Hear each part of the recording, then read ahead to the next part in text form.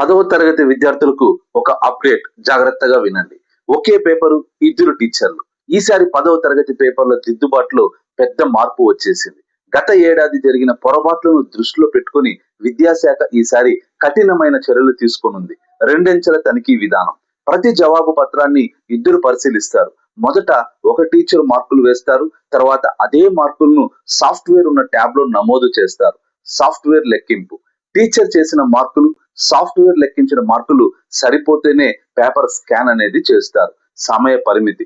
ఇప్పటి వరకు ప్రతి పేపర్ కి కనీసం 12 నిమిషాలు జాగ్రత్తగా పరిశీలించాలి. పేపర్ల పరిమితి.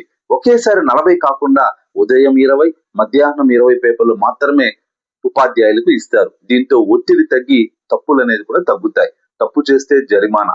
రీకౌంటింగ్ లో 5 కంటే ఎక్కువ మార్కులు తేడా వస్తే కరెక్షన్ చేసిన టీచర్ కు 1500 నుంచి 4000 వరకు జరిమానా విధించనున్నారు. ఈసారి విద్యార్థులకు నష్టం జరగకుండా కఠిన చర్యలు తీసుకుంటుంది. మీరేమంటారు?